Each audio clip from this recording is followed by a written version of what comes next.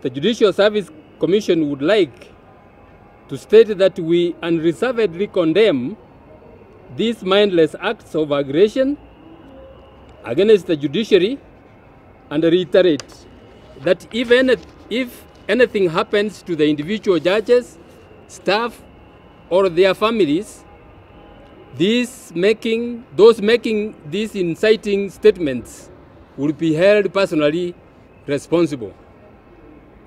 The Judicial Service Commission notes with dismay that the Inspector General of Police, who is expected to provide security to all government facilities, has repeatedly ignored calls to act, exposing judicial officers, property, and litigants to danger.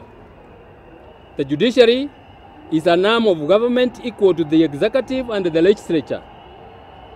If leaders are tired of having a strong and independent judiciary, they should call a referendum and abolish it altogether.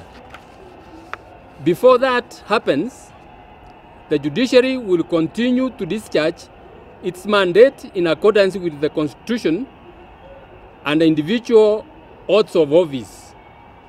The judiciary has not and will never seek to direct the other arms of government about how to perform their functions. In the same vein, we will not allow anybody to dictate to us how to discharge our mandate as given by the people of Kenya under the Constitution.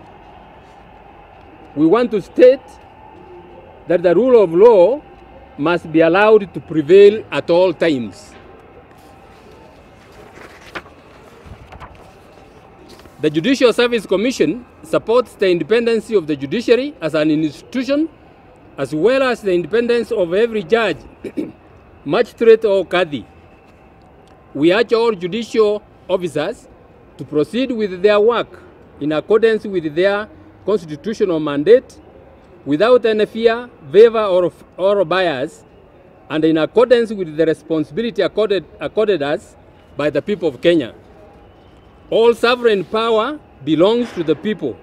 We therefore will never agree to work in accordance with the whims and desires of the executive or parliament. The judiciary, as currently constituted, cannot and shall not guarantee a particular outcome to any individual. We call upon Kenyans of goodwill to stand up for the independence of the judiciary and the rule of law. On our part, we are prepared to pay the ultimate price to protect the Constitution and the rule of law. Thank you very much.